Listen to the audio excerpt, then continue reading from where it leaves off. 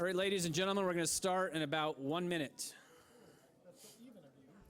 And for all who is sitting in the front, thank you for sitting in the front. We can rarely sell the expensive front seats, so thank you for sitting in the front.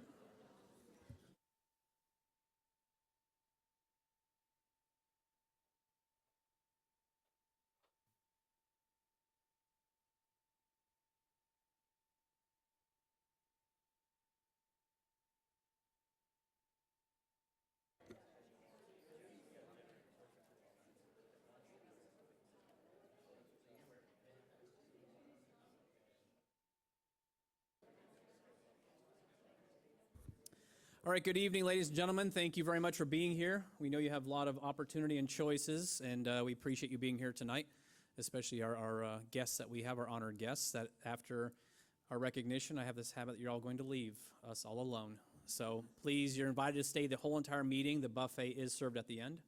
So just a little incentive. Okay, we'll go ahead and get started. We just came back from our executive session. Or out of executive session. If we'll go start with number 3, it's a moment of silence. If you'll stand with me for about 30 seconds, kind of gather our thoughts, and then we'll go ahead and have the Pledge of Allegiance by somebody that I did not select. So I will offer the Pledge of Allegiance.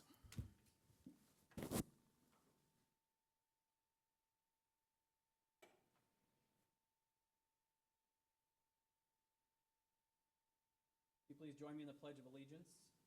I pledge allegiance to the flag of the United States of America, and to the republic for which it stands, one nation, under God, indivisible, with liberty and justice for all. Great. Thank you very much. As we get started here, the board would like to recognize our military and also our law enforcement. Thank you for joining us.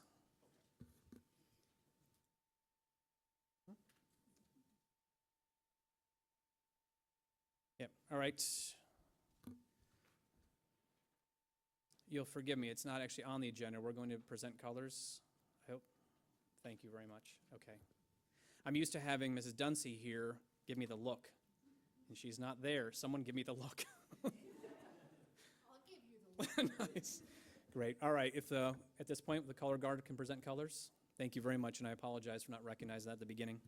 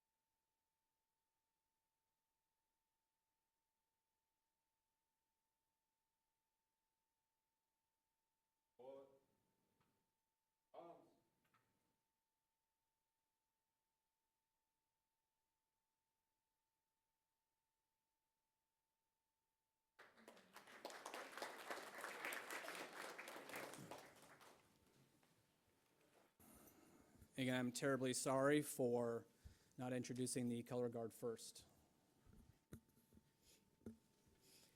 Okay, next item on the agenda is our staff recognitions. And I don't see Ms. Dunsey here tonight. Ms. Palace Thompson. Tag team. Well, very good. Thank you. I know we have plenty to recognize tonight. I don't want to miss anything. Thank you for being here. Thank you. President Bullock, members of the governing board, Dr. Stifler, it is an honor and a pleasure to be here tonight for this specific recognition. Since 1983, the Arizona Education Foundation has honored a number of exemplary pre-kindergarten through 8th grade public schools through Arizona through a prestigious program known as the A+ School of Excellence. The A-plus School of Excellence program was created to be used as a comprehensive assessment tool to identify and celebrate schools who demonstrate educational excellence. But not only is that the purpose, to highlight those achievements, but also to provide a framework for school effectiveness, similar to advanced ed, that can serve as a basis when schools work on future planning. The program also facilitates communication, creates opportunities for schools to share best practice among its peers. Tonight, we're here to recognize one of our Peoria schools who has worked diligently to achieve a high quality of recognition through the standards that they've demonstrated, a model of quality and equity, rigorous teaching and learning standards, school and student achievement, and a safe school environment, along with providing services beyond what we expect to our community. This school joins the rank of not only one, but two others who have also celebrated this designation. But without further ado, let us recognize Copperwood Elementary School, led by Principal Dr. Michael Kruder, for their honorable achievement. Dr. Kruder.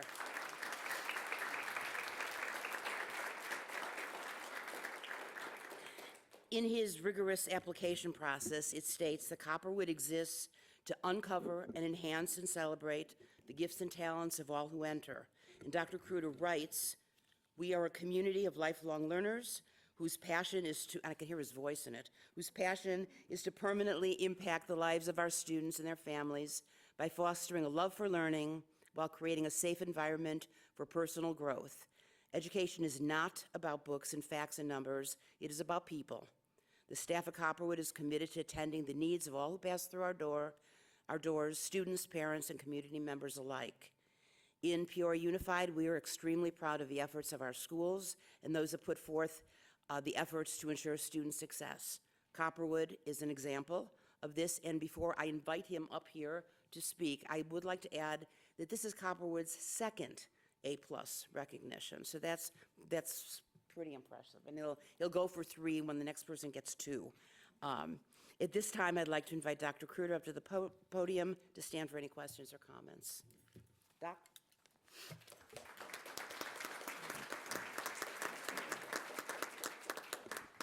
I'd like to introduce Danielle Script. Come on up.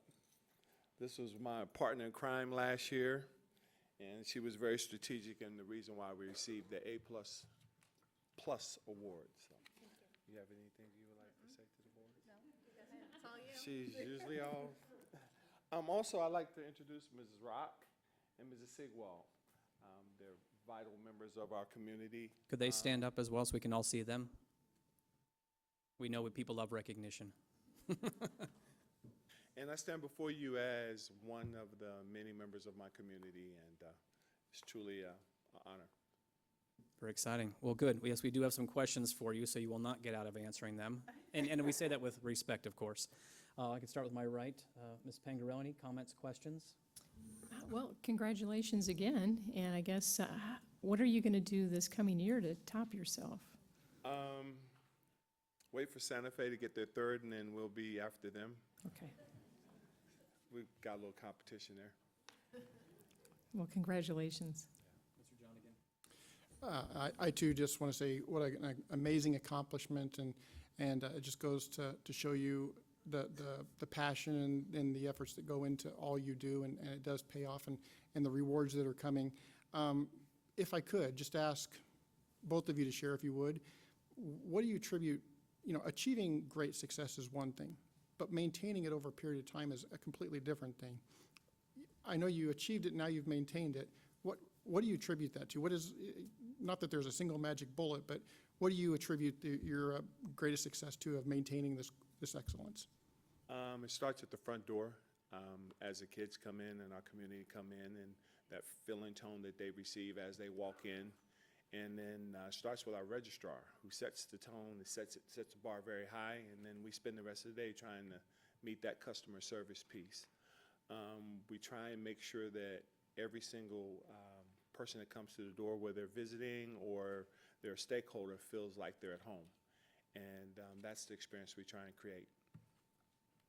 Along with what Dr. Kruder had to say, the staff worked extremely hard this past year with differentiating all student needs, all student learners, from the bottom 25% to the high achieving, and reaching all of their goals.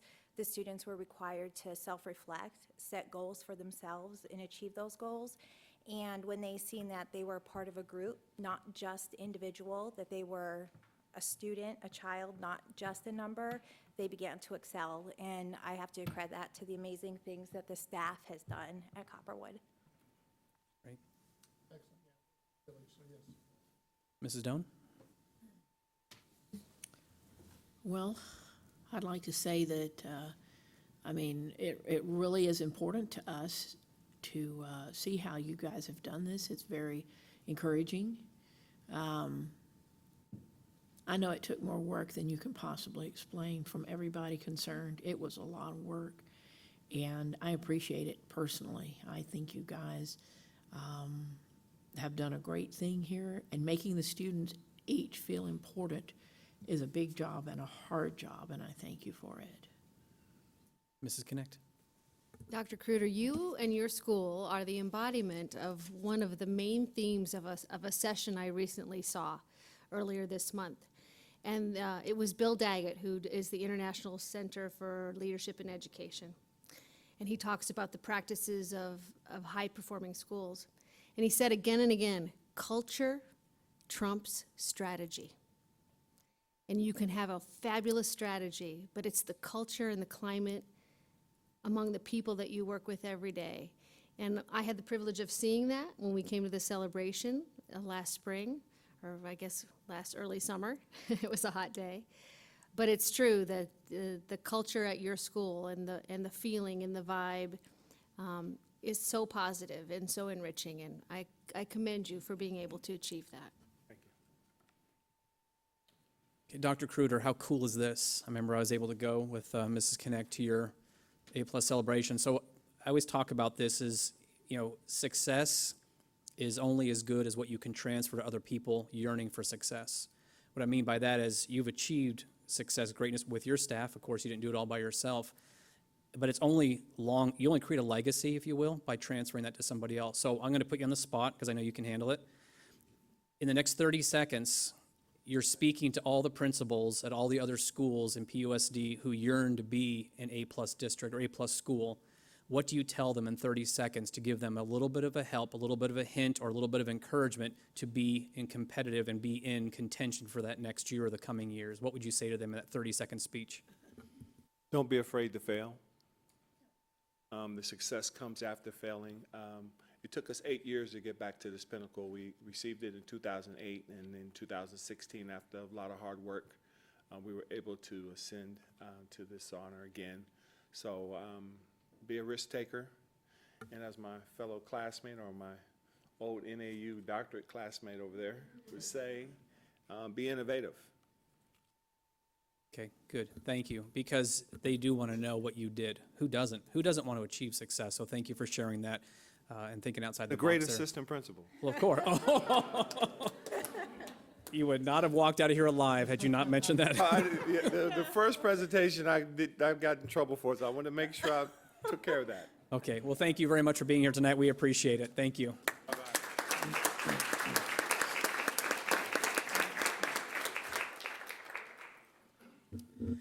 Well, for the highlight of the night, all these good-looking people are here for, we welcome Dr. Beltram.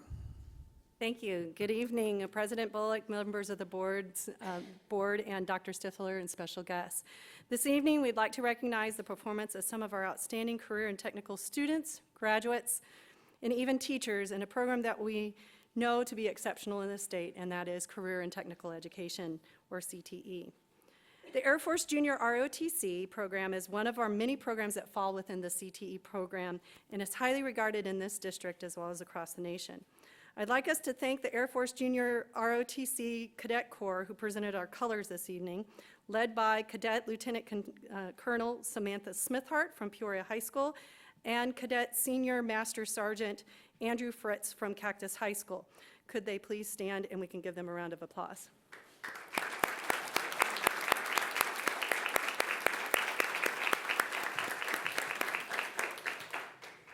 We thank you even though you didn't stand. These talented students are joined this evening by their leaders in this amazing program. Gentlemen, when I call your names, will you please stand? Lieutenant Colonel Roel Zamora from Cactus High School, Chief Jay Nelson, also from Cactus High School, Senior Master Sergeant Jeff Hicks from Peoria High School. Thank you for joining us this evening, and thank you for your leadership for these wonderful group of cadets.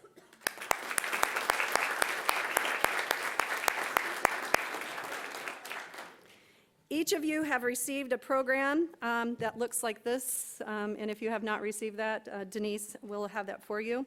In this program, you'll see that we have numerous awards for our students. These are national awards that our Air Force Junior ROTC cadets received at the end of last school year. If you are a part of that program and your name is listed in the program, would you please stand so we can give you a round of applause?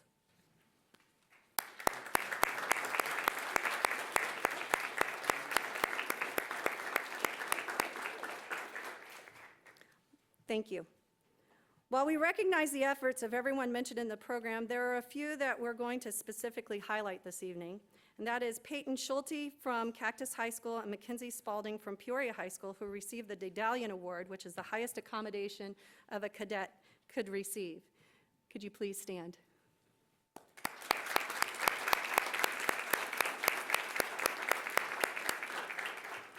Congratulations on this impressive achievement. Well, it takes a visit. Dr. Beltram? Yes. Just let you know, you're going to do pictures. Yes. After this is done, you'll come up, families, and everybody take pictures, and we'll get out of the way. So we'll do it as groups, however you want to do it. I just want to make sure we get this and get it on our Facebook page so everybody sees how amazing this is. Thank you, President Bullock. It takes a village for these accomplishments. Can the parents, guardians, and family members of our Air Force Junior ROTC please stand to be recognized? We thank you for your support. Don't be shy.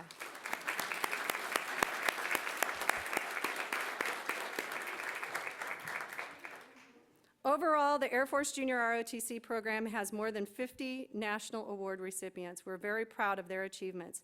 Congratulations. The purpose of the Career and Technical Education Student Organizations is leadership opportunities for our students at the state, national, and state and national levels. The highest leadership honor is for a student to be elected a national officer. I would like to extend our appreciation and gratitude to Alec Romero, a 2015 graduate of Raymond S. Kellis High School. Alec served as the international DECA president and completed his term in just April of this school year.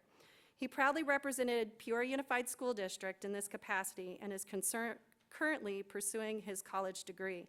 Could we please give Alec a round of applause?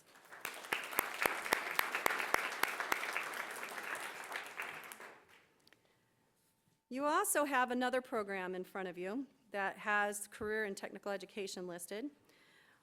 We would like to congratulate all of our national career and technical student organization champions who endured through the state levels and placed at the national stage. Students, please stand as I announce your organization. Will our FBLA National Award recipients please stand? Thank you, Jack.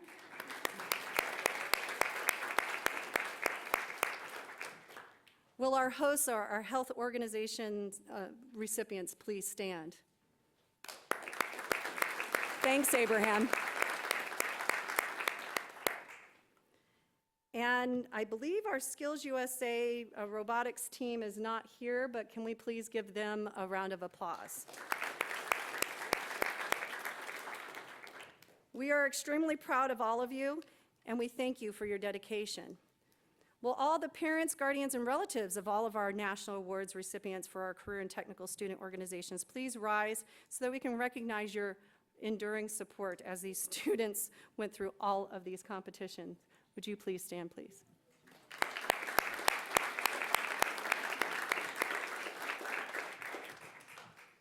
Thank you. It does take quite a big village. Now we'd like to recognize our National Program Award winners. Marco Marino and Amy Nygaard, will you please stand while I'm talking about you? Are from Raymond S. Kellis High School. They are our Academy of Hospitality and Tourism instructors. In the Academy of Hospitality and Tourism, they received the Lenovo Scholar Network Award and received mobile devices for their academy.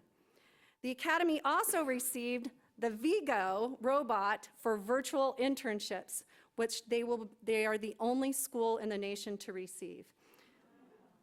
This is the only academy that's recognized by the National Academy Foundation that's in the state of Arizona.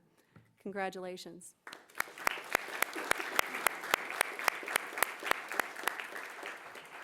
On a side note, they're also the advisors for Alec Romero. Thank you. We'd also like to recognize our award-winning teachers from career and technical education. Teachers, when I call your name, if you would please stand. James Kaltenbach from Peoria High School. He received the CASE National Teacher Honor Award. CASE is for the Curriculum for Agricultural Science. Mr. Kaltenbach is the only Arizona CASE instructor. So in other words, he goes outside the state of Arizona to teach other teachers how to teach. Thank you, Mr. Kaltenbach.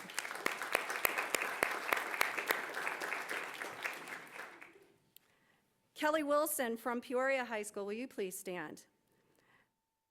Mrs. Wilson is a CASE-trained instructor, but she also received this summer the Arizona New Agricultural Science Teacher of the Year. Congratulations, Mrs. Wilson.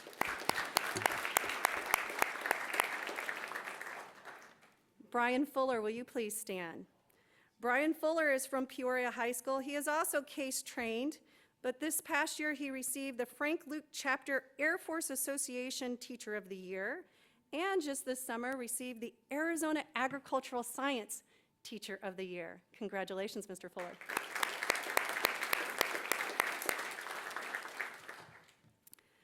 We can't have exceptional students without exceptional teachers, so thank you very much. We're so lucky to have you serve as role models for our students.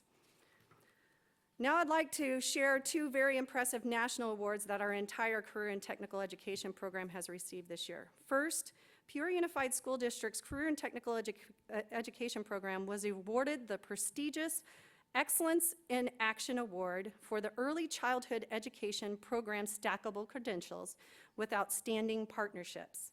These partnerships include Maricopa Community College District and Glendale Community College.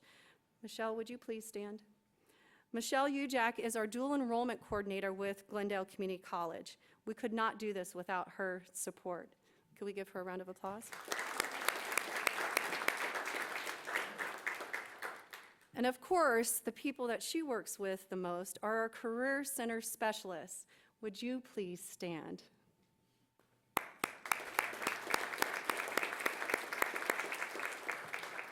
These specialists register all of our students for the dual enrollment programs that we have. And from what I understand, 75% of our dual enrollment is in the career and technical education programs. Peoria Unified School District was just one of 11 districts in the nation that received this impressive award. Let's see. Our early childhood education teachers, I did not see them as I came in, but I would like to give them a round of applause for offering the opportunity for our students to receive their CDA, their Child Development Accreditation, as well as dual enrollment opportunities for the program that we've just highlighted. If we could give them a round of applause.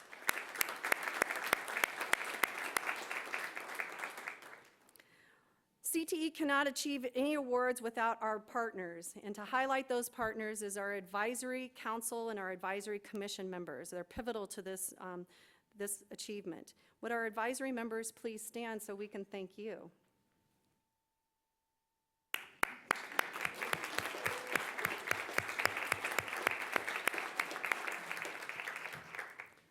Next, last but not least, the association that Mrs. Connect mentioned earlier, the International Center for Leadership and Education, led by Dr. Daggett, recognized Peoria Unified School District's Career and Technical Education Program as a model district program, the first Career and Technical Education District awarded program.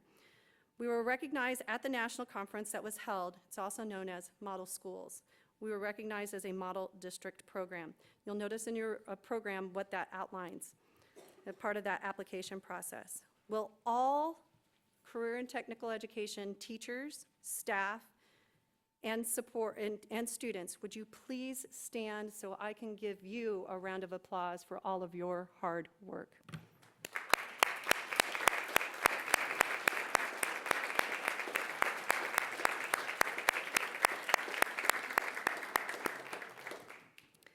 President Bullock and members of the board, Dr. Stifler, I'd like to present to you our Advisory Commission Chair, Hal Borhauer, and Arizona Agriculture Teacher of the Year, Brian Fuller, who will stand for your questions at this time.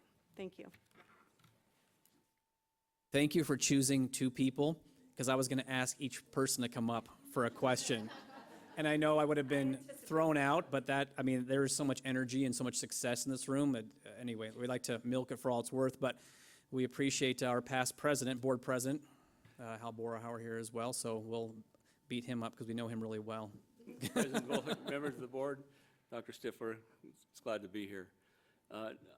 I think the secret known around the state and now around the country is the success of our CTE program and how it affects the graduation rate of our students. 99% of our CTE concentrators graduate from high school. There's not a better statistic you can get, I think, except that one student that we lost. He probably went to a different district.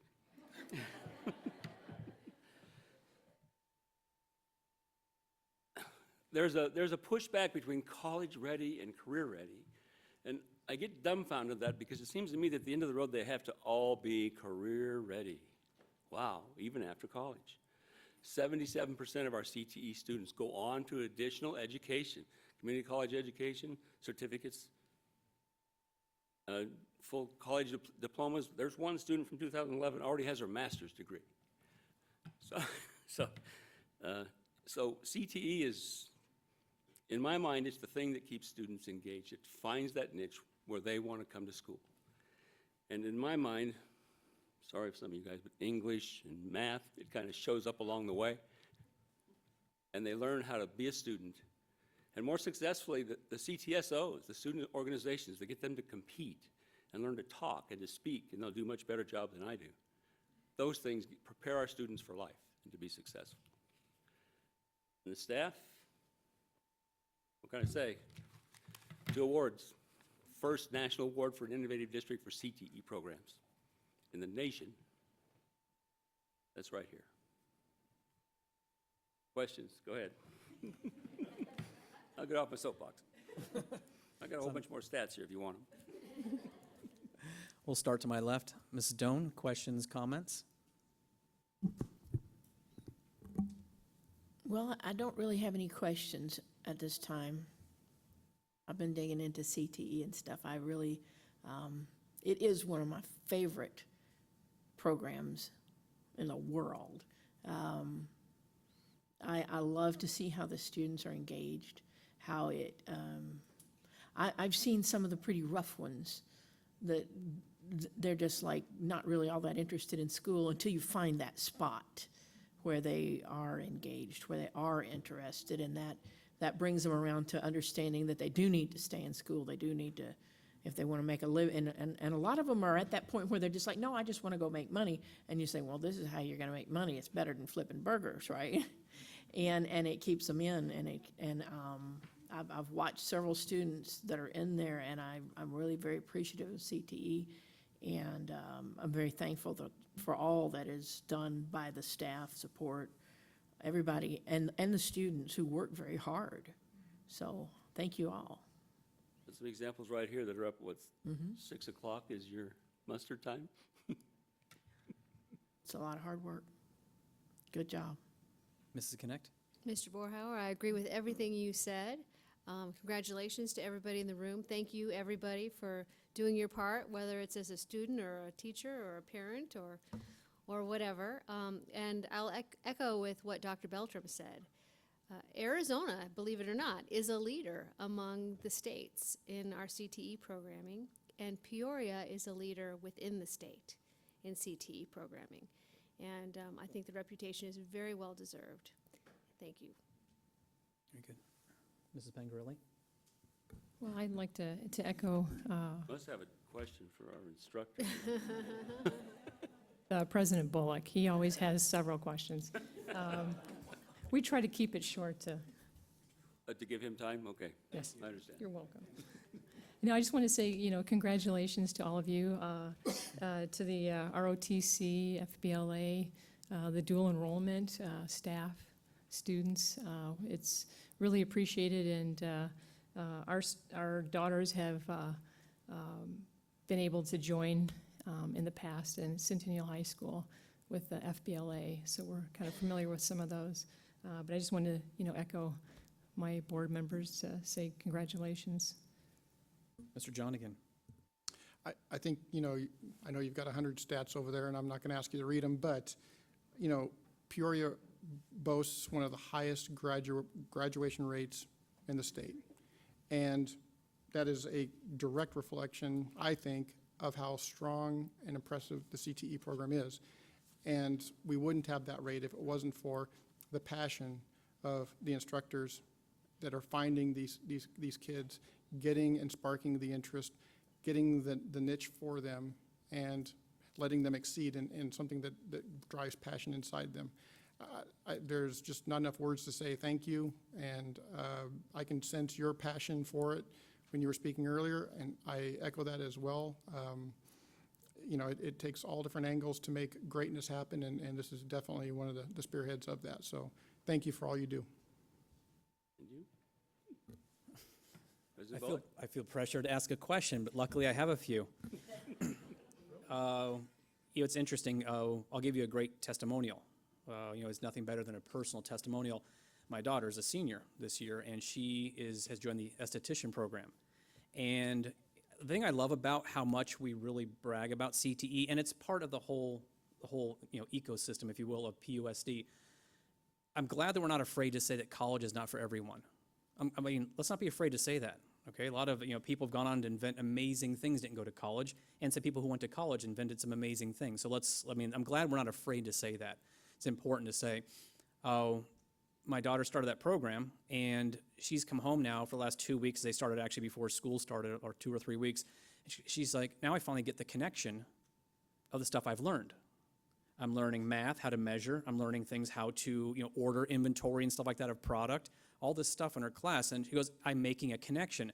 That's what's cool. That's when it really, all of you who are in this, you're doing your different things, but you're making a connection with book smarts and basic education, 1 + 1 is 2, and you're connecting that to a career or additional education, which you'll do the rest of your life. So that's what's so amazing about the CTE program, and it really brought home, even though I've been bragging about it because I love it, I brought it home this time because of a personal example, and there's a personal testimonial. Let me ask the question then. At the end of last year or last semester, I challenged the CTE program, and I said, it's great that we have all these people involved and how wonderful it is, but I want more of our kids involved. I'd love to double our CTE enrollment over the next 5 years. And the only way to do that is to message this correctly to the kids coming up, 8th graders, juniors, or freshmen and sophomore. And I said, what are maybe 2 or 3 things that we could do that we're not doing now to message this, the excitement, the opportunity, the connection to the kids who are 7th, 8th, 9th grade now, who are looking towards things they're going to do in high school. So I asked that before the summer break and gave you your whole staff the summer to think about it and putting you on the spot now. But what is 1 or 2 things that we can say, how we can message, specific examples, how we can message this to double our enrollment in the next 5 years? Yes, sir. President Bullock, Governing Board, Dr. Stifler, thanks for bringing that back up. We have to embrace it. We have to accept it, and we have to realize that it's something that we should be proud of within our district, and we have to advocate for it. We have events that promote our CTE programs, like My Life Days and our CTE Expo, where we bring in potential students to our districts and their parents to showcase that. But it needs to be not just something that a CTE department pushes. It needs to be something that our entire district gets behind, so that parents realize that this is something that their students, their kids can benefit from. And that can be if they're going to college, or if they're going to a trade school, if they're going to the military, or if they're going straight into the workforce, that CTE helps them. It gives them those skill sets. It helps them be a complete student. And we need to embrace that. I think opportunities exist for us to get parents, because that's a big part of it, and students in the door to see that CTE can help their path to life. You know, it's some of the stairs there on our emblem to get students to where they want to be. And I think we need to embrace that as a district and promote that and be proud of that. Thank you. I'm going to end with another challenge for the next time. Come back with one or two things that the board can help you with. You know, I've talked to Dr. Beltram on many occasions, but will you come back, and Mr. Borhauer as well, come back and tell us what we can do, because we are advocates too. We're all parents. You know, this is a volunteer thing. We got elected to, but we're parents too, and my kid's in it now, and other kids have been in it as well, or will, you know, Mr. John and his young kids may go into that program. Will you come back in the next 3 to 4 months and give us 1 or 2 or 3 specific things the board can do to help trumpet and be a loud voice for your cause, specific things that we can do to help you? We want to move the needle, you know, 2 or 3%. If we can do that, that would be helpful to hopefully doubling our CTE enrollment in the next 5 years. Is that okay to challenge that? President Bullock, absolutely. And I will just give you an event that is coming up that Mr. Fuller mentioned, and that is the Career Exploration Day on November 5th, Saturday. It's Peoria High School. I'd like all of you to be there, and we'd like every single one of our parents, students, from kindergarten through high school know about this event. We have our Career Center specialists that are there that will help them for after high school.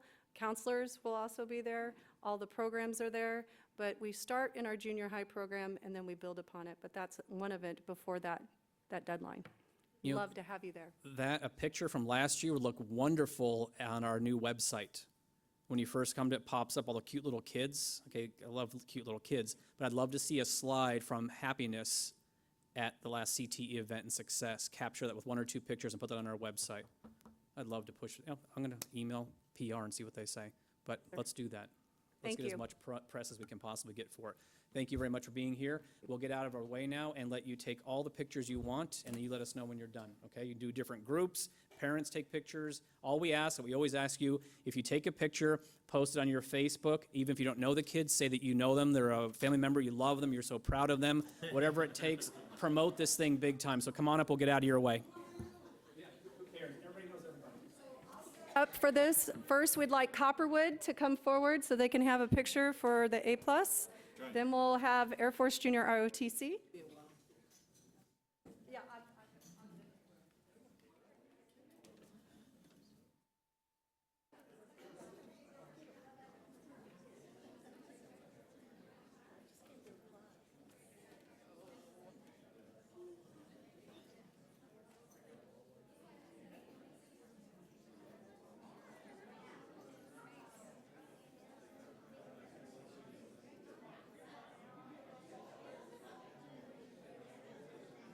Beauty in the front, pretty smart there.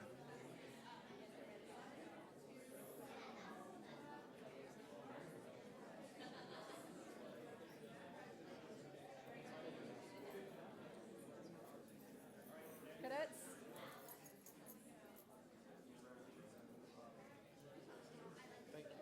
Thank you. Congratulations, Doc.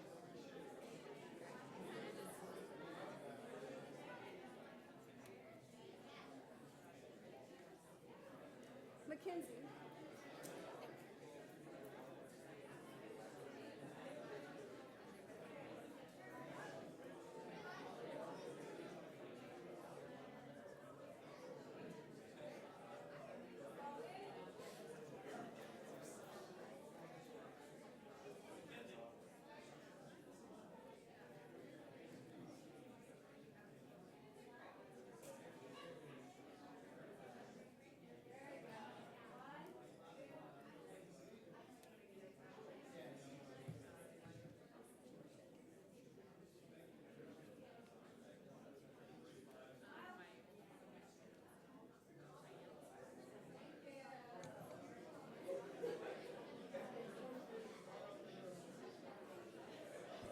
CTE teachers, students, please. Oh, you bet. I'll text it to you.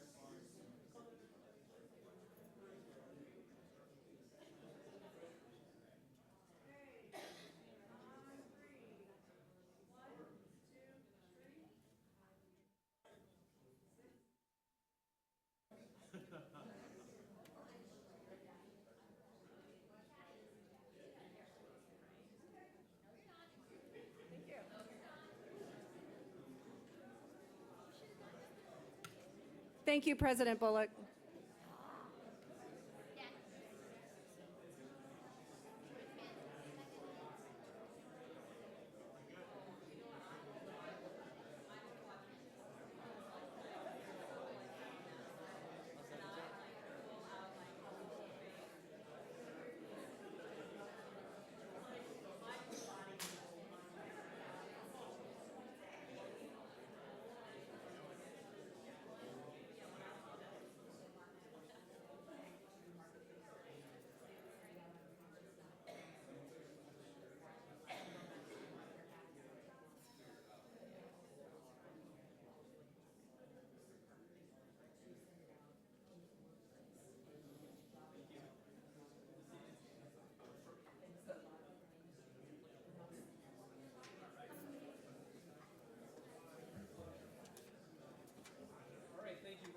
For indulging us with the recognitions. Yeah, please bring back the technology. That's what I do for a living. I just felt a connection with that thing. So I'm going to start teaching. Oh, excellent. Right. We'll get you a contract for the robot. Vincent. Yes, of course it is. He is. Thank you for being here. All right, thank you very much, everyone. Again, the expensive seats are now available up front, half price. If you want to come up closer, get, kind of 3D the board, no sale. All right, next item on the agenda is board recognitions. It's a chance for us board members to talk about some things that we may have attended or been part of for the past couple of weeks. If I can start with Ms. Pangarelli and work our way across. Mr. Johnigan. Absolutely. Couple different things. One, today I had the pleasure, Mr. Savoy gave me the opportunity to tour the Liberty Cluster, and just again, amazed, impressed. There's just so many adjectives I could use that are all positive about what we saw today. With Liberty, Sunset Heights, Vistancia, Zuni Hills, Lake Pleasant, the list goes on. But just some great aspects, and really the feedback I got is what I wanted to touch on. And I know we put new math books out, and we've got new technology there. We've got teacher salary increases that we've put out, and the feedback that I've heard today from all of these schools was rave reviews. They feel appreciated on the work, on the salaries. They love the textbooks. It is a change. Some things are getting used to the new systems and so forth, and jumping from different pages and so forth. But it's great to have, and just want to say thanks to all the principals and the teachers of all of those schools that allowed me the opportunity to barge in on their classroom and interrupt for a few minutes and say hello and learned a little bit about how they do the wonderful things they do in the classroom. Also, and I don't want to steal thunder from anyone furthest to my left, but I got the opportunity to also witness an employee chat. This is where Dr. Stifler goes out to campuses and engages with the teachers, the administration from that site, and is open, really 100% open to any question that they are willing to ask him, even if it's the neighbor that's asking on their behalf. But just a great engagement. It was very informative, very good to see the way the teachers, the administration is adapting, is welcoming Dr. Stifler to the fold, and just the way Dr. Stifler is allowing himself to be completely out there. Nothing's off limits. Ask away, and he shall answer the questions as best he can. So I just want to say thanks to Dr. Stifler to allowing me to crash that party today as well. So thank you very much. Mrs. Doan? I don't have anything today, thank you. I know Mrs. Connect has some reports for us. I do, but before I do that, this is a little bit of a stretch for being about schools, but some of you know that in 1998, I was in, is that right? Yeah, Leadership West Class 4. And through that process, I really developed my leadership skills, started building a network of among leaders in the West Valley, and found it to be really a life-changing experience that I think has led me to where I am now. in a whole bunch of different ways. Well, I'm happy to say that art teacher from Cactus, Marley Jean Johnson, and board president, Matt Bullock, have currently been accepted into Leadership West Class 23.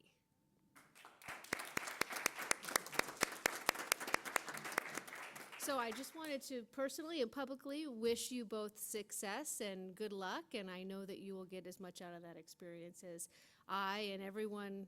Did I say I was in class 4? That's how old I am. So anyway, it'll be great. So anyway, I wanted to offer that up.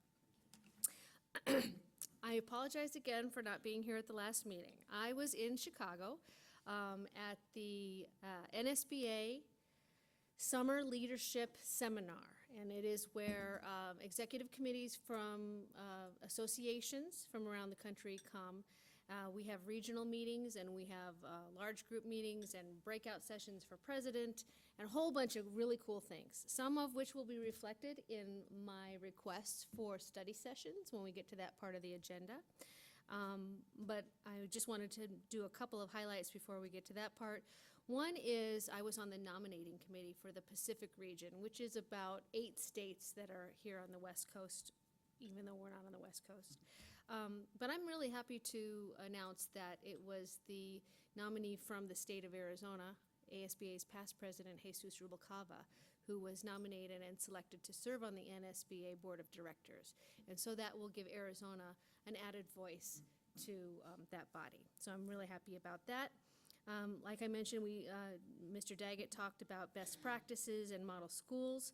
There was a really good presentation about being aware of changing demographics within our communities, and I know that our staff members are keeping abreast of that and how important that is for us to deliver a quality product that meets the needs of our diverse community. And then, you know, when God puts something in front of you like more than once or twice in a short amount of time, you think, I should be paying attention to this, right? Well, Dr. Stifler gave me a book on disruptive learning. It's called Disruptive Learning, and it's really about innovation. And lo and behold, the Pacific region meeting was about the same thing. And so I didn't have to read the book he gave me because there was a presentation right there. But it's really phenomenal, and it really speaks to what I know is a passion of his, which is blended learning, and opened my eyes, probably put down a few barriers in my mind that I had.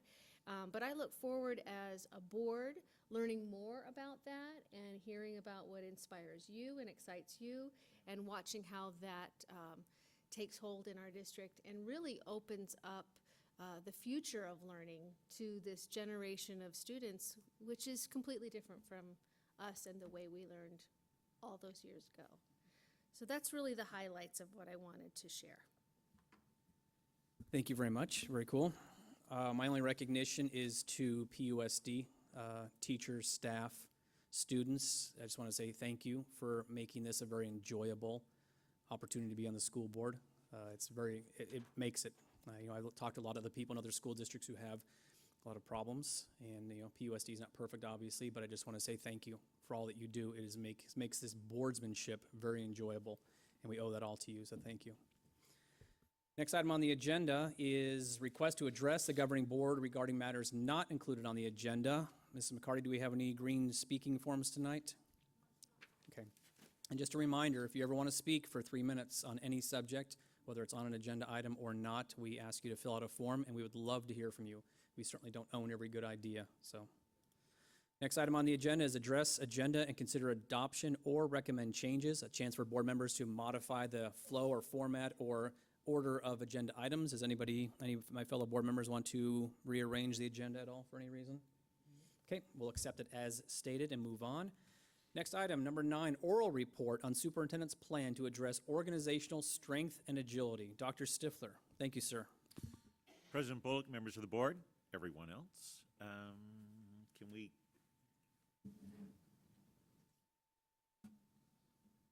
It's really not fair when I listed as an oral report and I asked for the graphic to come up.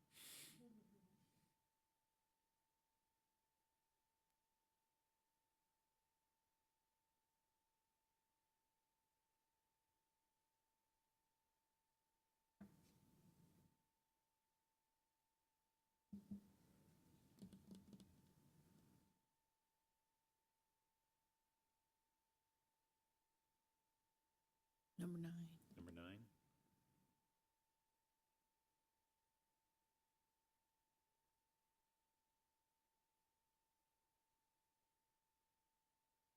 Trying to move my mouse and make it work for you. There we go.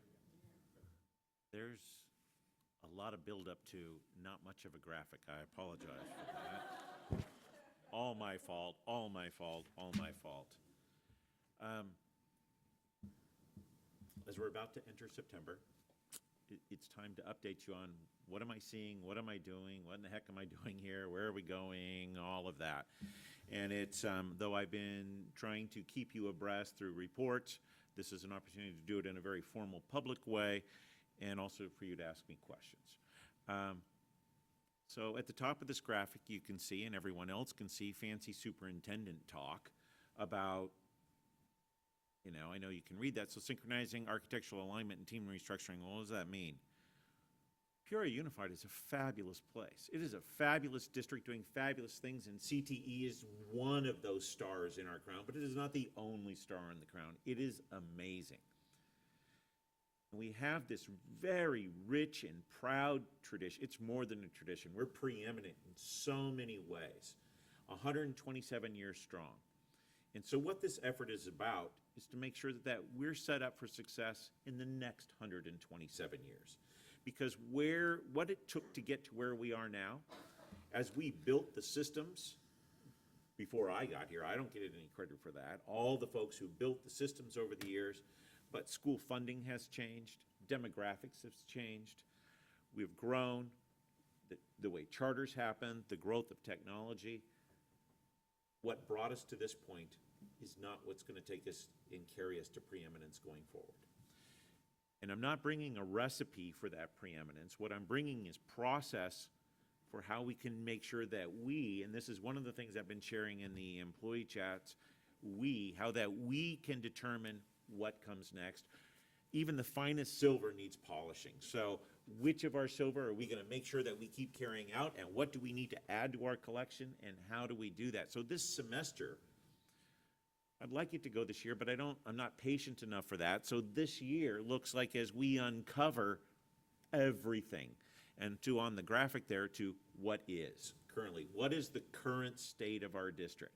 And some of those things are really fun when I ask people really hard probing questions and they get to puff out and they get to say, this is stellar. And it is absolutely that.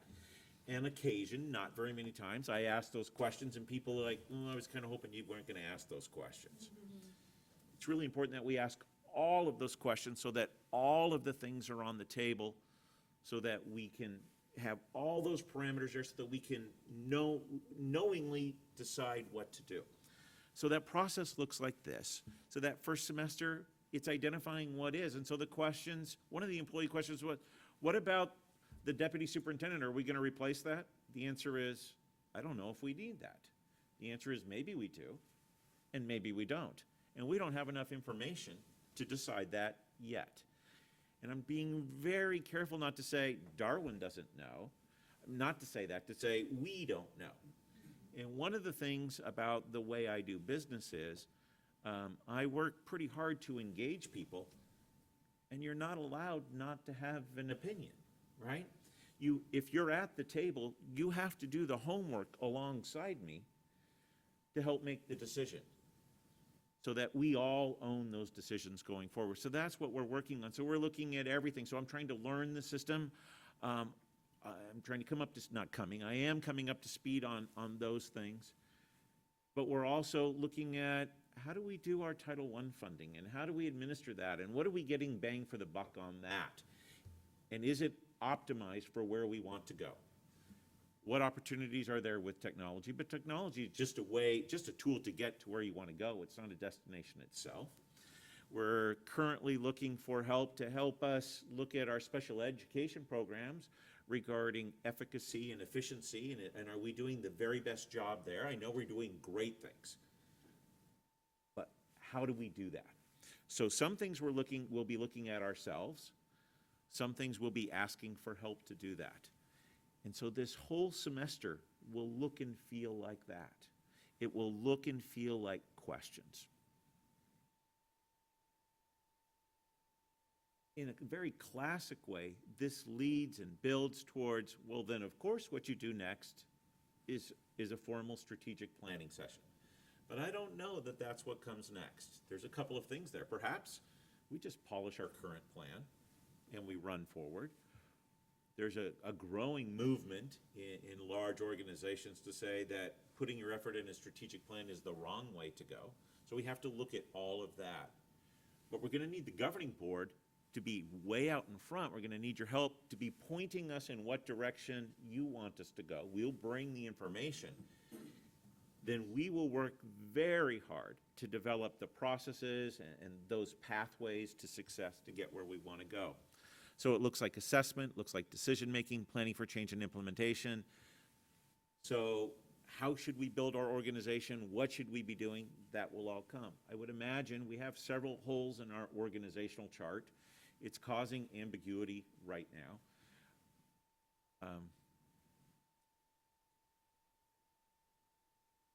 That ambiguity is a remarkable opportunity as we get to watch people move and adjust, and how necessary is it to be formal. Sometimes that formality in our structure limits our agility and where we want to go. I think I want to back off here, and I want to say it's amazing what I'm seeing. And among the best things is when I go to the bank and I still have my name tag on and someone says, Peoria Unified? That's a great school district. Or people come and they go to Dana and they say, I got to get in and see him because I need him to know how great this program is in the district. I am honored. I feel blessed to be here. I keep hearing about maybe there's one grumpy person, but I have not found that person yet as I've been out and about. And that's not a challenge for that person to rise up either. People have been wonderful. And really, the only thing I'm disappointed by is that I can't pull off omnipresent and be in every school, in every classroom at the same time. It's absolutely amazing what's here. I'm all in, if you can't tell already. I'm all in, and I'm going to ensure that we are prepared that that excellence continues.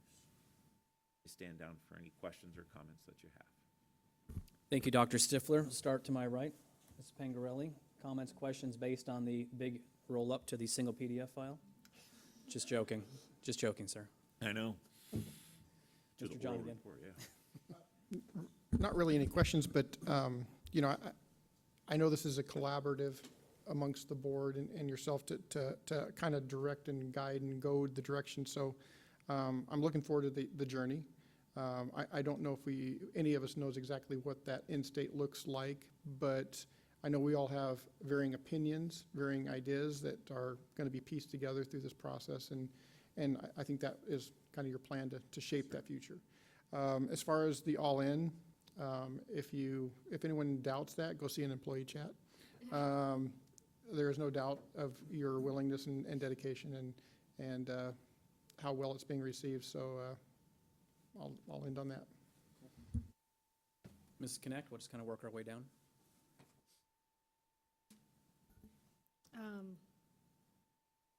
Go ahead. Are you ready? I was wondering if, in the decision-making phase, were we going to involve community, or was that just among us, basically? No, yes, well, yes and yes. I don't know where yet. I'm trying to, and this is a very hard thing for me, to be patient, not to have all those benchmarks in place now. The classic way to do that would, of course, be to do that. But one of the great things about the district already is there are multiple platforms in place for community input. And the ones I didn't already know about in the employee chats, people are bringing up, hey, are we still going to do this? Are we still going to do this? Are we still going to do this? Do I still have a chance to have say with this way? So I'm confident that we won't be excluding anybody that way. It looks like an excellent plan to me. I was at a loss for words for a second, but it came back. I know. This is great. I love the plan. I love the framework. I think it's a wonderful place to start. And Mr. Jonigan really got me thinking about our different roles, and really talks about what you were talking about too in community engagement. Our role is to get the feedback, take the pulse of the community, and be their representatives as elected local governance. And I think we all embrace that. And I want you to know, and I want staff to know, that we know that we're lay people and how much we respect and depend upon the expertise that you all bring as professional educators. So I think from both sides, that puts us in a really good place to succeed and move forward in this framework. And I'm excited about it. And, you know, some people may have thought, you know, this isn't your first gig, and Peoria is this big ship, and, you know, this could have been a cruise for you. But you're working really hard, and we can all tell. Yes, ma'am. Thank you. You have a lot of energy. Yes, ma'am. Yes, you do. I've been holding back a little bit too. Because the people in the back row back there, I can't break them. I can't break them. Very They good. all laughed pretty hard though, because I've given each one of them a book too. So when you said the book that I gave you, I watched them go, he gave her one too? Well, and I know them well enough to know, we're all about lifelong learning. This is a culture within the board and administration that we invest in professional development for our teachers, for our admin, for our school board members, and it's all about learning, always and forever. And I like that culture. And culture, by the way, if you missed it before, Trump's strategy. I'm a little upset I did not get a book. I have not gotten a book. No, I don't want one now. Let me ask you an organizational or strategy question. I'm a big fan of R&D, rip off and distribute. Yes, sir. And how much, and again, this is a crystal ball question, looking forward in what you've learned in your short time in Peoria, can you give us a sense of how much of your going forward and making your mark, which is of course important and necessary and expected, how much of it will be R&D of other successful districts nationwide, and how much will be organic that just happens from natural leadership throughout the organization? Because there's going to be some percentage. Some leaders come in and go, it's 90% rip off and distribute and 10% organic, growth from what's going on, and some it's 10-90. Can you give me an idea of what you think? I know it's a crystal ball question, but just from your, from where you've sat and what you've learned, how much is R&D and how much is going to be organic leadership and change as we go forward? Let's say 20%.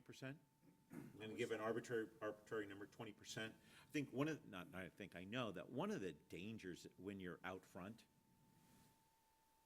is to only look inward at yourself and where you are. And so part of my role now is people will give me a statistic and then say, well, where is that on the bell-shaped curve?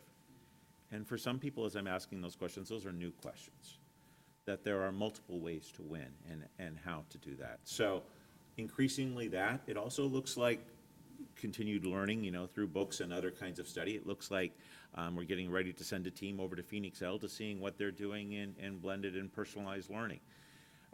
Their achievement's not what ours is, but we have things we can learn from that, right? And regarding personalized learning, the best definition of personalized learning that I know of has nothing to do with technology. It has to do with that the learner has some control over what they learn and the way they learn. And holy moly, it's hard to find a better example than Peoria's CTE program as an example of what personalized learning is. So we have so much to leverage. I'm sorry to go on and on about your question. We have so much to leverage on greatness. That's why I have to exercise some patience so that I don't miss some of the greatness, discount it, and it's not incorporated as we go forward.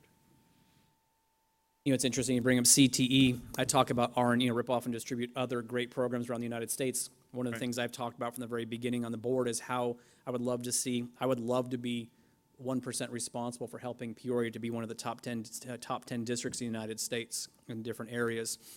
That's, again, a long-term goal, and hopefully when I'm done with my 4 years, I'll move to 1%.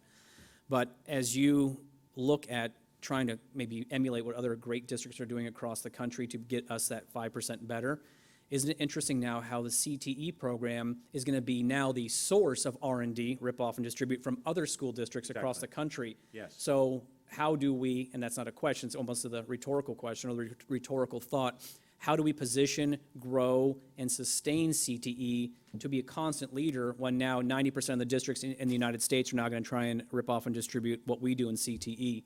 Because that'll start putting pressures on it that they've never had before. When you're the focal point, all of a sudden it enters a whole nother layer of complexity and eyes looking on you and critique and everything else. So that'll be very interesting to see how we handle being R&D'd in that respect. So I'm looking forward to seeing your growth and your strategy, your implementation. So good luck, sir. Thank you, sir. All right, next item on the agenda is number 10. Number 10 is discussion regarding the process for determining staff compensation. And Mr. Hicks, thank you, sir. Good evening, President Bullock, members of the board, Superintendent Darwin Stifler. I'm here just to present, just to start the conversation going, so if it's all right, I'm just going to kind of review what was presented to the board last year, kind of just go through it really quickly, and then really open it up for the board on how we want to make changes, because there's been comments from the boards about how we're going to change it for next year, and so if it's all right, I'm just going to go right ahead and go right into that. So first, if you look at the document that we've pulled up here, this is what was presented to the governing board last November 12th. Somewhat detailed in that sense. Create a budget tracking sheet. So I use a spreadsheet to track our revenues, expenses, and all changes. We use a baseline budgeting process, benchmarking off the previous year. And so we start the process with creating the spreadsheets. We start looking, I start going to some conferences. I start going, learning from what the JLBC is saying, what the governor's office is saying, the OSPB, start learning about what of our revenue projections and those inflation fundings. Funny is I'm looking back through some of the historical documents. It started at 1.1, went up to 1.14. The budget that the legislature passed was actually 0.99%, so we got actually less than 1% inflation funding last year. For this year. And then we also then identify and notify all the budget team members, so double check that everybody that was on it last year wants to continue this year, or some people have moved on in that sense, and so review it, identify that. Then we start some brainstorming, what are some of those operational changes to the budget, provide any recommendation that's going to be going for the superintendent. I set up the meeting schedule and then send out some meeting notices to those budget team members, and then we start our meeting with the budget team in December. The meeting that we start in December, we actually, as we review, as I've referenced before, it'll be part of the process on certain things like classroom site fund and others. We start with the AFR. So in October, we'll be presenting the AFR, our annual financial report, how we ended. We start this group with how did we end? What was the budget process? So we kind of do a little bit of a reflection, actually go fund by fund, or make an opportunity to go every single one of the funds that we have. Our focus is the M&O and capital, but we do want an opportunity that we're creating ambassadors, that if there's any question that they have about anything that we have, provide that opportunity to allow them to ask those questions. And so we go through that. And then try to keep the superintendent, council, and budget team updated. January jumped in. This is what we presented to the board in November. We did not actually start the compensation committee in January. That actually started in February. But we start meeting with our insurance renewal meetings. And then the governing board retreat is a very important function of what is the governing board influence into our budget process. And then work with the superintendent, council to update the status and give them updates. This was to highlight also, we put in there just to remember that we have to implement the all-day kindergarten. So we had to hire all those staff coming back from that. Then as the data progresses, now we have we have a budget out there from the governor, legislature's talking, and we're working this way. This is where I talk about we have trains on 2 different tracks. They will have to come together at one point, but right now they're off on 2 separate tracks. We try to update any changes as we're going to the compensation committee, and then work to finalize our benefits. We work with our employee benefit trust board, so the board there will look at what those final rates are, incorporate all of those into that budget tracking spreadsheet. The budget tracking spreadsheet we do use, it might be a summary on front, but has a bunch of details for everything certified, classified, other departmental, capital, anything major. That is presented as if it's updated, is presented to the budget team every single time. Going through in March, then we work through hopefully finalizing the compensation committee, finalizing all the recommendations here. This was a little different than the previous year, as we had the 2 scenarios being developed because of the lawsuit settlement, so we identified that. And then the development of the contracts and issuance of those, although that did not happen until April. That was identified in March. So remember, this is November planning document. May was the finalization. We had to finalize that budget. We had to finalize the 15. We actually had to finalize the 16 as well, put everything together on the forms. We'll know if the inflation funding lawsuit was settled. And June, present to the governing board for the proposed budget. And then also in July, look to present to the board the adopted budget. So that's kind of the process and how it starts. So we just kind of wanted to review what was presented to the governing board last year and then give the board time to give some input on changes to this year's process.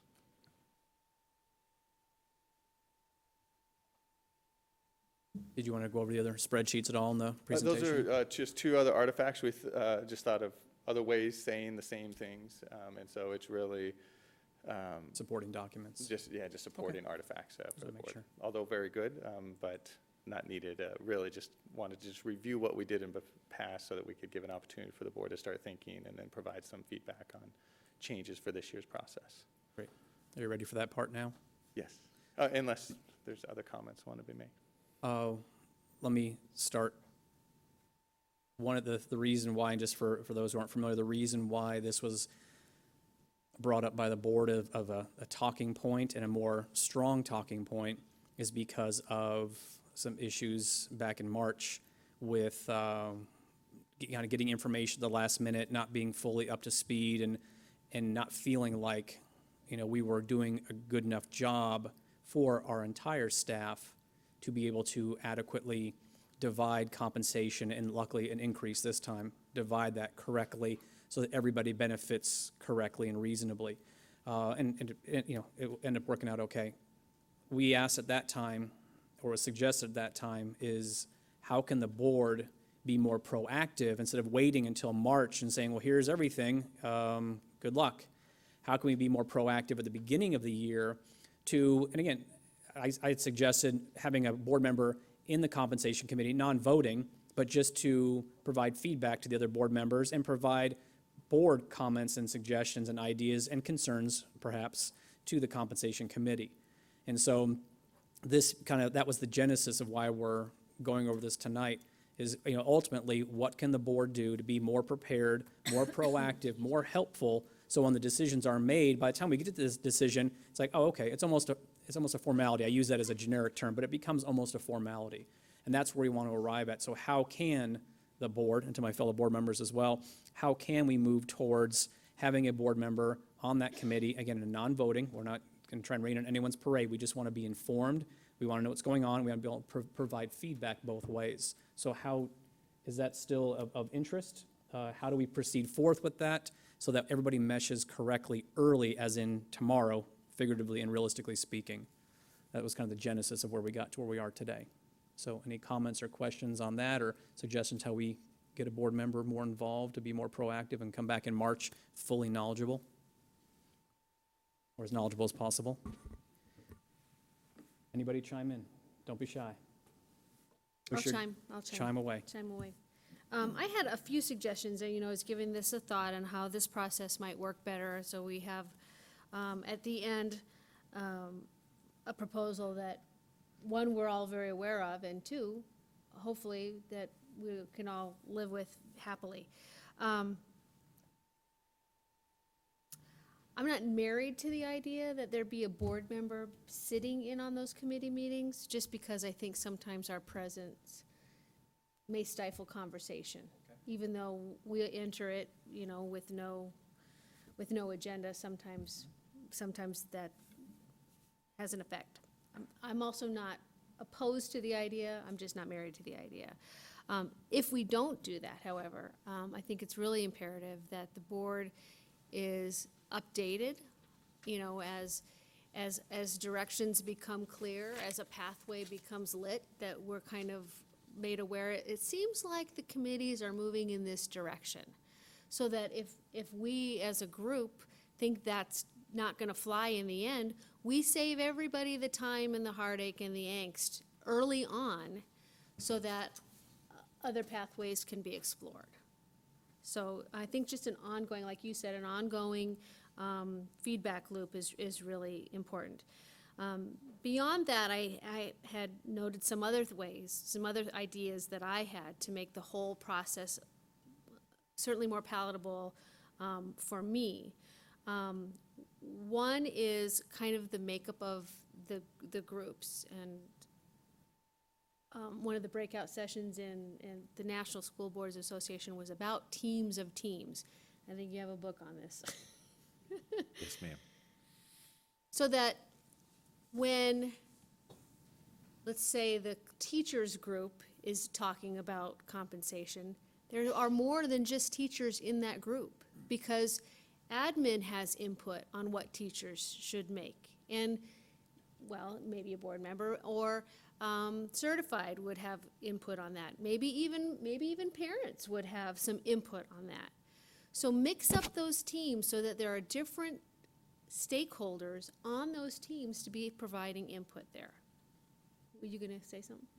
If I could add, I don't, you're on a great roll there, but if I could also add the representation of each of the stakeholder groups. So make sure that, I guess, there's more of an equal balance between if we're talking classified and admin and so forth, make sure that if there's the total population of that group is whatever, they all have a 10% or a 5% or whatever equal representation at the table, that there's not more, the admin's the smallest group, but they shouldn't have, the largest representation in those discussions, I guess. Just make it equal and proportional to the total size and population of the groups.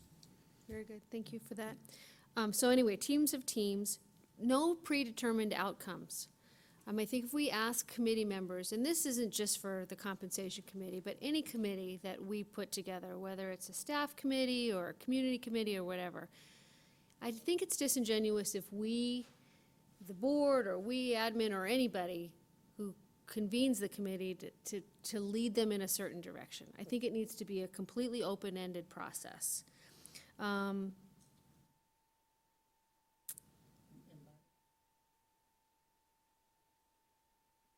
Go ahead. Like, are We you can saying? collaborate. I love collaborating. Yeah, we're just two guys talking up here.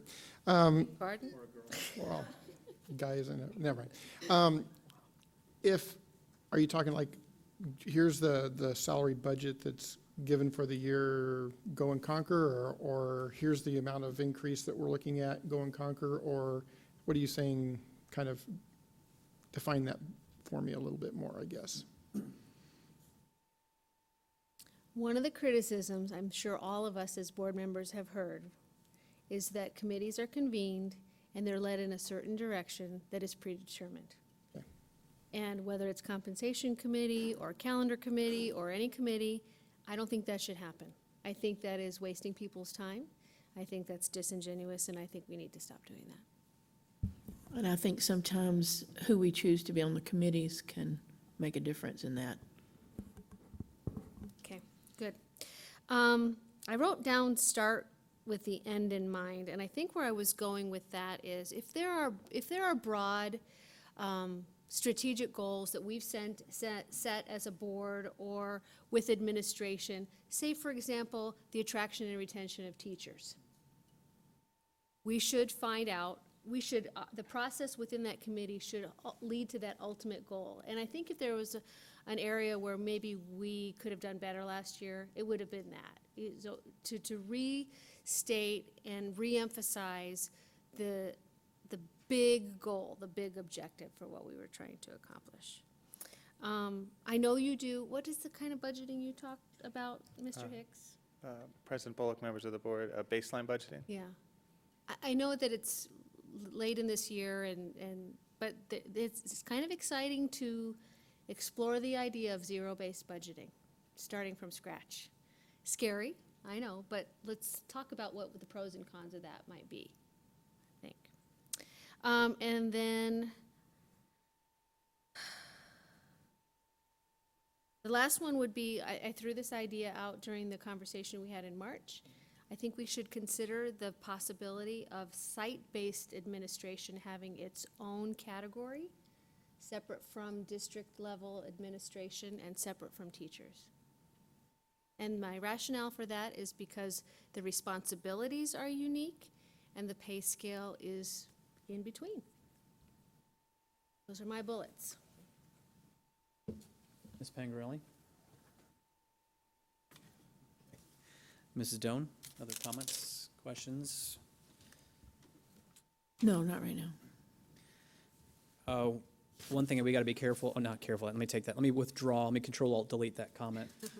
One thing we need to do as a board, because of why the whole genesis of why this is being brought up, where it hasn't been brought up in years past, we need to identify, I was going to use that Stephen Covey's 7 Habits of Highly Effective People, start with the end in mind, or begin with the end in mind. Have we, and this is the question to ask my fellow board members, have we settled on, analyzed, and been comfortable with what worked last year and what didn't work? Because if we are all agreeing on these 3 items worked, these 3 parts of the process worked great for us. Obviously, we're not teachers, okay, or we're not administrative, we're not classified, we're not certified. What worked and what didn't? Because as we throw out different ideas, which we need to, I want to go ahead and make sure they dovetail in what worked good. If these 3 items worked great and everybody was okay nodding their heads, the entire community did, don't mess with them. If these 3 items did not work good, caused contention, caused bad feelings, caused frustration, those are the things that we need to turn on their side and see if there's something that we can do better. So I think the board, as a board, which is study session material, I think we all agree with that, we need to identify very quickly what works and what doesn't. Because ultimately, again, I'm preaching to the choir, but the process is that the different groups get together, come up with the proposed, and ultimately the board has to vote on it. Whether the board votes yes or no, or there's a split there, if we're getting all the correct data and we know what works correctly, then we can move very, very quickly and very, very succinctly and everyone will be at least reasonably happy. So I would encourage us very quickly to have a study session to identify those 2 items, because then we can go and dovetail all these great suggestions we've heard tonight to ultimately come up with something that everyone feels good with and says, yes, I can buy into that, and I think it's going to get the most buy-in from the community in PUSD. So, Dr. Stifler. First of all, thank you for having a real and full conversation. We could certainly schedule a study session. Let's say that the process that's laid out there is a very classic sort of process. It has opportunities to do that. Here, want to make sure that it's transparent, that it doesn't have predetermined ends, that communication is full. The desire of administration also on this agenda item is to get your input before we draft a plan to bring before you, to get those inputs so that we can make sure that they're included in a plan.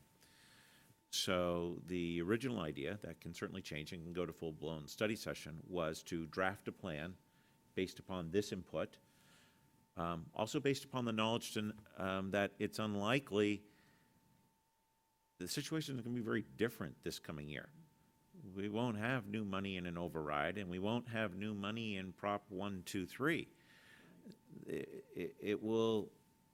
Big changes will not be additive, they would have to be undoing things that we're doing. Those are very different kinds of conversations than about what to do with new money and where's the greatest need to put that. So what's in the works now is to polish the process based upon your input and bring that forward and say, will that work? If you would like to schedule a study session in, say, halfway through September, where we perhaps did that at a table down there together, we could certainly do that. So to bring my comments back, we can do that. Glad to have the full input there. I anticipate in many ways an easier, because I wish we had the problem again of a bunch of new money, but we're not going to have the problem of a bunch of new money again this year. And that makes sense. And again, as a board, and I'll speak for the board, having known and worked with them for a while, yes, we bang heads, and yes, we disagree on occasions, as we should, Right. for the right reasons, but we are a proactive board, and we want to make PUSD better. The reason I say that is that we're also a very streamlined board, or try to be. If there's a better way to arrive at that ultimate goal, where we go, okay, this is a way we're going to do it from now on until something comes in and changes it, we're all good with that. If it means that you want to polish that and bring that back in the next couple of weeks, just say, for us to review, that may be the end in mind. Okay, that will fly. Now, we're not going to change everything overnight. We're not going to make everything perfect overnight, but just know that may solve the problem. And then after that, as a board, if we're still saying, yeah, those are some good ideas and stuff, but it's just not gelling for us right now, then we can move to a study session. But I suggest a study session because I want to get it in everyone's mind. And I know that other board members have suggested that as well. It's not a unique idea. So if you can present a more refined plan that has buy-in, a preliminary buy-in, obviously, from all these stakeholders, then that may suffice. But if we find out that we're coming to a head still, we don't want to end up in March with the same problem. Again, whether there's a lot of new money, whether we have to make cuts, whether nobody gets anything is irrelevant. We don't want to come to March banging heads again unnecessarily. Understood. So if you can find a streamlined way to do that, amen. We have great staff. I'm pretty confident we can take a big step forward, even if it's not all the way, say, at the September 22nd meeting. Oh, agreed. But again, we don't like to study and meet for no reason. Right. But we want to, if it's not going to work out, we want to meet so we get it done now, not next year. Yes, sir. Maybe a year when there isn't money to decide on, It's the time to, maybe we work on the process this year, and hopefully next year we have some more money, and it'll fly right through. and understand, my crystal ball is dirty. I'm hoping there's a bunch of new money. I'm just not expecting that. I think Mr. Hicks will know first, because if there is, you'll hear a loud scream from his office, something to the tune of "Yeehaw!" I think I heard Proud that of last his year. pessimism, though, so I'm not sure. Oh, good. Oh, good. All right, well, thank you very much, Mr. Hicks and Dr. Stifler. We look forward to a little bit of polishing and see if that suffices. Thank We you. appreciate everyone's participation in that. I'll just follow up, say, our chances are better with Mr. Hicks on the Classrooms First team than if he wasn't on the Classrooms First team. Thank you for your work there. And the fun stories about what happens at those meetings. Next item on the agenda, number 11, report and discussion on local, state, and federal legislative issues and activities. Speaking of governmental affairs, Dr. Stifler. President Bullock, members of the board, zooming. First of all, the most recent Classrooms First, where we have strategically placed the Mr. Ken Hicks, was canceled this week, so no steps forward there, at least publicly. Because why? We don't know for sure. Might it be because of Mr. Miller's exit? No? Those would be a separate thing, but we can go then immediately to the State Board of Education and some excitement at the State Board of Education where President Greg Miller was asked, or was not asked, but at any rate resigned as president and as a member of the State Board of Education, and as new members were appointed by the governor, and as they decided new leadership. And as they are moving forward, they are coming much closer, it appears to me, towards what the new accountability system will be.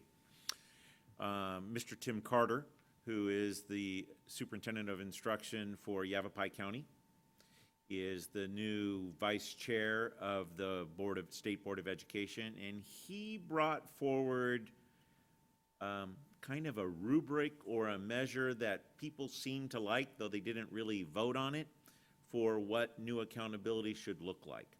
And it has multiple measures in it. It has multiple ways to define success. There seems to be a synchronicity going on as well about the role of either SAT tests or perhaps more importantly for us, ACT tests and their role. And should the state develop an AZ merit test for 11th grade or not? The momentum for that seems to be ebbing to me, again, in my dirty crystal ball. The momentum to develop more tests by the state of Arizona and to allow local governance, a term I learned recently, for us to make decisions about how we would be measured. I think that's problematical for measuring a district against a district against a district if we all choose different measures, but I'm not sure there was much utility in measuring district against district against district in the first part. The big lie always was that, well, everybody knows what an A means. Well, that's not true, I don't think. It's what's all those pieces underneath. So all of those pieces are moving. Meanwhile, and we've had teachers on those committees, we are well represented around the state. Arizona is fine-tuning the standards in ELA and in math. as it looks forward on social studies as well. But on ELA and math, some of the bigger changes that are proposed are in ELA. One big one is that cursive writing must be taught. The current standards don't say that. It's proposed that cursive writing would need to be, so we would need to look at if that in fact goes in the case. We'll have to look and see what that means for us. The other big change from Darwin Stifler's perspective in what's proposed now is that anything that could have been taken as we're telling you how to do this has been taken out. Okay, so if they mentioned the name of a book previously as here's one way you could learn this standard, that was removed because it was perceived by many as that's not your business to tell us which books to use. I don't believe that was ever the intent, but that's how it was understood by people, so the committee has pulled that out. So that really helps in defining and differentiating between standards and curriculum. It certainly does. On math, I think there's some additions about time into, I can't recall, I'm sorry off the top of my head, I think it was 4th grade, it might have been 5th grade, might have been, seems like it should have been 3rd grade, but some minor additions there, some glossaries put in place. And so the tour begins next month on standards. And the opportunity in our neck of the woods, I believe, is on September 12th, and I think it's at Madison School District, but I'm not certain there.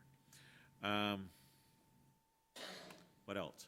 The State Department is making it easier. This doesn't happen very often for teachers to get certified as middle school social studies teachers. I'm appreciative of that, how that's rolling out. Let's go local. What a great start to school. Our enrollment appears to be up. It appears to be up. Using our app, measuring this year at this point over last year, it's significantly up by more than 100 students. So that's nice to see that we're holding our own. As competition comes into that, we hear anecdotally great stories like, I'm not dealing with that. Did you see those classrooms? I want my kid back here. Can I please come back to the school? Or, I love this one. I'm not dealing with that traffic every day. Can I please come back? I'm sorry I ever even thought about going to Legacy. So I appreciate those kinds of comments that are happening across our district and those sorts of pieces. And last, the game of the week, which starts in 25 minutes, is Liberty High School on Cox at 7 o'clock, President Bullock. So I'm going to be quiet at this point. And I will talk twice as fast. All right, thank you very much. On to our next item of the agenda, number 12, request for agenda items for future governing board meetings. Start to my right, Mrs. Pangarelli. Mr. John again. I do. Okay. Just a growing conversation, I think, something that I would like maybe a study session on, if other board members will support this. Really kind of just covering student athlete safety. I think, you know, we've heard a lot about NFL concussions and things of that nature, and I just want to kind of be a little proactive in the event of looking at our process around certifying helmets, certifying equipment across the board, baseball helmets, anything that has to do with athlete safety, student athlete safety. Looking at maybe even the inspection process of our fields, because I've seen some fields when I've walked across them to get to another field where there's some pretty decent sized holes that your foot can disappear into. So I just think that I'd love to learn more about this instead of just having any predetermined ideas, or just kind of learn more and go from there. Do I have any support on that? You do, Mr. Jonigan. May I add something? Absolutely. I understand that we have modified our standards, I guess is the right word, of students participating in heat Index, yes, ma'am. Heat index. So if that could be included in that list. Yes. Of, you know, what modifications were made to make sure that our kids are safe when it's 110 degrees outside. So let me piggyback on, well, not piggyback, but suggest, can we do a report first? Because I would like to be educated and get up to speed on what our current status is, our current safety procedures and whatnot first. And then based on that, if there needs to be review or more questions, then we can turn that into a study session for going forward with safety. Would you be okay with that? Yeah, some of the early research I've done is, you know, we've got helmets basically have a 10-year lifespan on them. And if you look at any of our high school football teams, freshman, JV, varsity, there's about 250-ish, depending on the school, total kids with helmets on.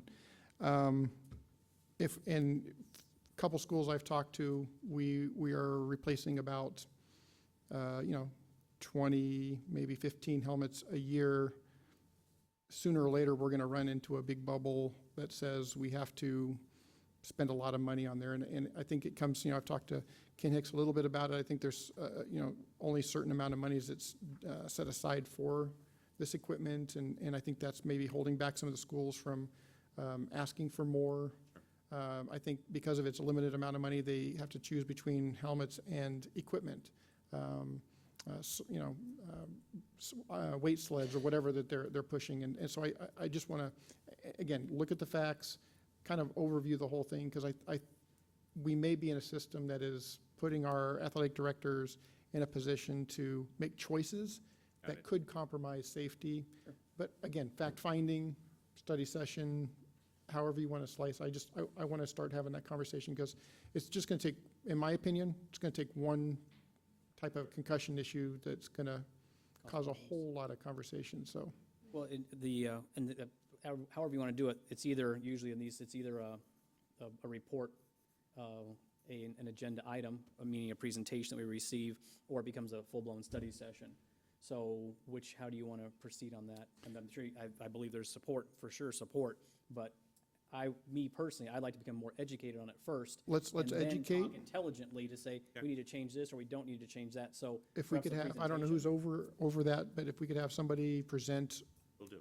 the status of, how old everything is and how fast it's replaced and what the budgets are and all that good stuff. Policies and procedures. Policies, procedures, and then we can kind of go from there. But yeah, I just want to have the conversation started. All right, so I'll do a sports safety agenda item presentation at a future board meeting soon. Please. Appropriate, okay. We'll Thank you. support. That's supported. Okay, anything else? Okay, good. Ms. Connect? Yes, sir, thank you.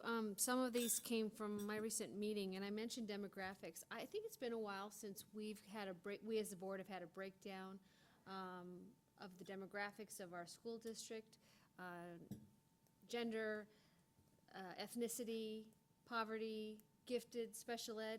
Who are our students, and if there are any trends, what should we be looking at moving forward? Okay. Another one is, and there's no timeline on this, Dr. Stifler, but as we embrace more blended learning, if you could keep us informed so we're kind of understanding what your vision is there. I think sometimes I was enlightened at exactly what the definition of blended learning truly is. It's not putting teachers out of work. It's not bringing students together.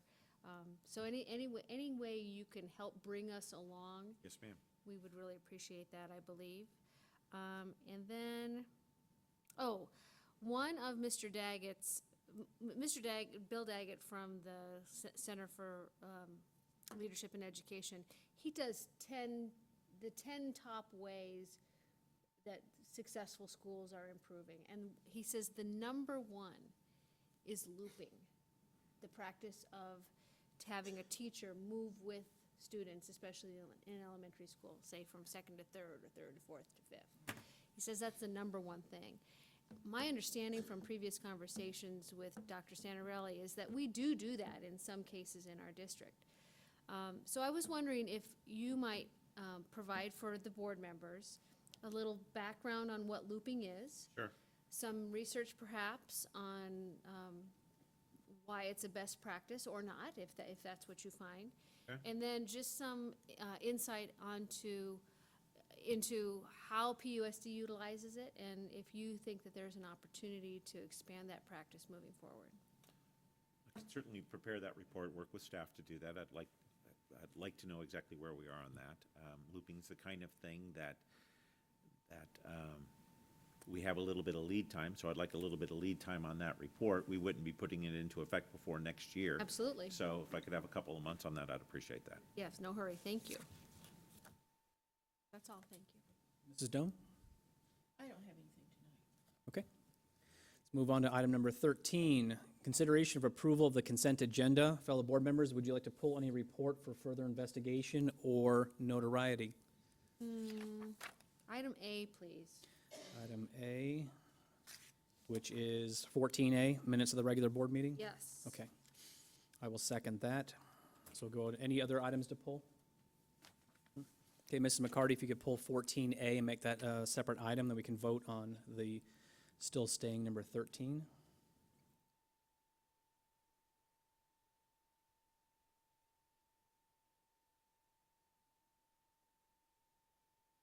Okay. Okay, want to go, great. Okay, so if you want to maybe lead us, Ms. Connect, in approving the consent agenda as stated without 14A? Sure, I move we approve the consent agenda with the exception of item 13A, the minutes. 14A. 14A.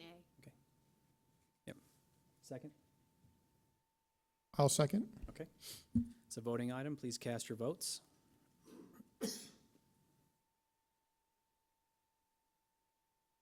No problem.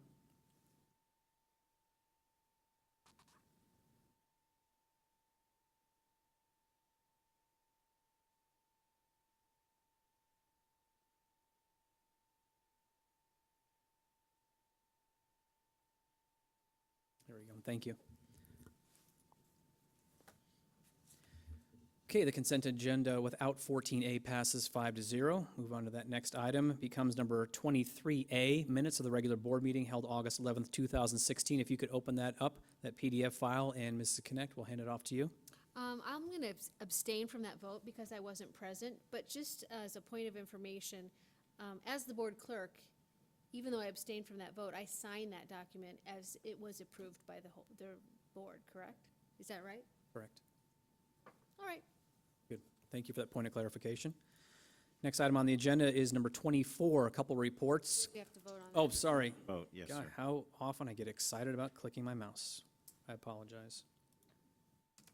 Oops.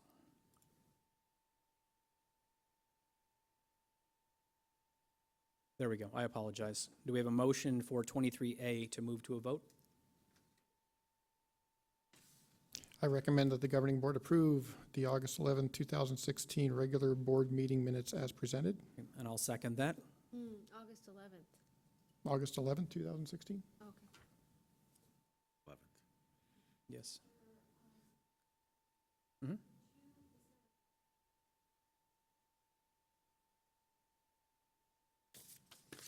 Go to current item. Yes.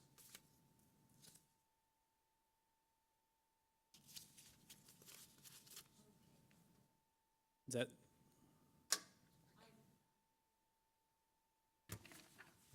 Okay, we can do a voice vote? Okay, go ahead. We're then voting on item 23A. Ms. Pangarelli? Yes. Oh, just a second. Mr. John again moved it and I seconded it. Yep, okay. Ms. Pangarelli? Okay, yay. Yay. Myself, yay. Ms. Connect? I abstain. No, sorry, I'm sorry, my bad. Okay. So that passes 4-0 then. Thank you for doing that. Okay, next item on the agenda is Budget Facilities Planning and Construction Report. We'll pull these up real quick. Again, we strongly encourage you to take a look at the board packets available 24/7, 365 on our website, simple PDF files, and you can find out everything from enrollment reports, what kind of money is being spent, and repairs and construction being done at your local school. Very, very good reports, very detailed, and I very much appreciate our staff for continuing our goal of being extremely transparent so that there are no questions. Well, there are no questions about information, there's only questions about the details and the end result. So, great. Mr. Bullock, Yes. members of the board, I'd like to just give a shout out to Mr. Hicks as well. As we're doing the employee chats, it's not just myself, it's Mr. Hicks as well. And at every school, he's very thoroughly saying, the 2012 bond paid for this, we're going here, this is what this will pay here, very practical, and towards your comments towards transparency, that's an important effort that's making a difference, and people have expressed appreciation for that. Thank you. Very well. Very good. Thank you. All right, next item on the agenda is number 25, report on upcoming meetings and events. Always plenty of exciting things happening in PUSD. I'd strongly recommend, if you have the time on your calendar, on September 14th at 5:30, the Parent Organization's President's Dinner at Zuni Hills. Not only does the school prepare the food and the students serve it, but it's a great chance to mingle and talk with the parents who are the heads of their organizations at their various schools. A lot of great ideas, a lot of passion, and always great food. Number 26, the draft agenda for the September 8th, 2016 regular board meeting in a couple of weeks.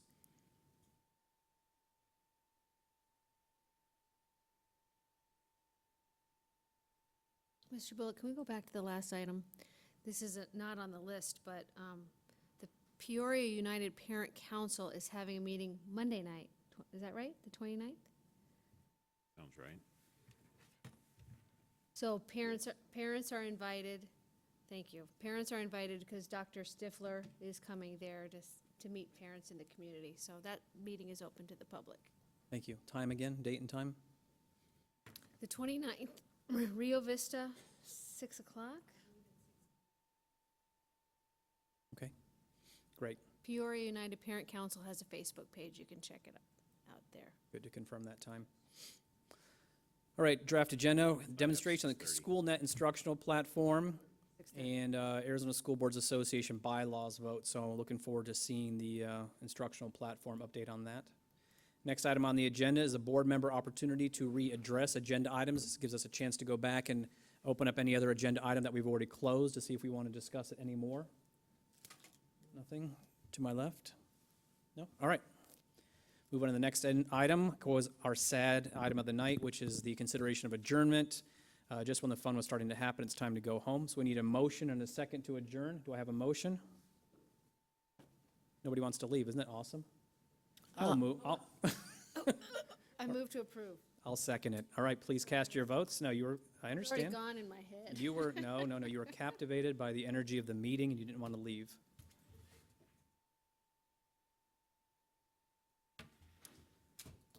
And great. Thank you very much, everybody. Have a great night. Drive safe.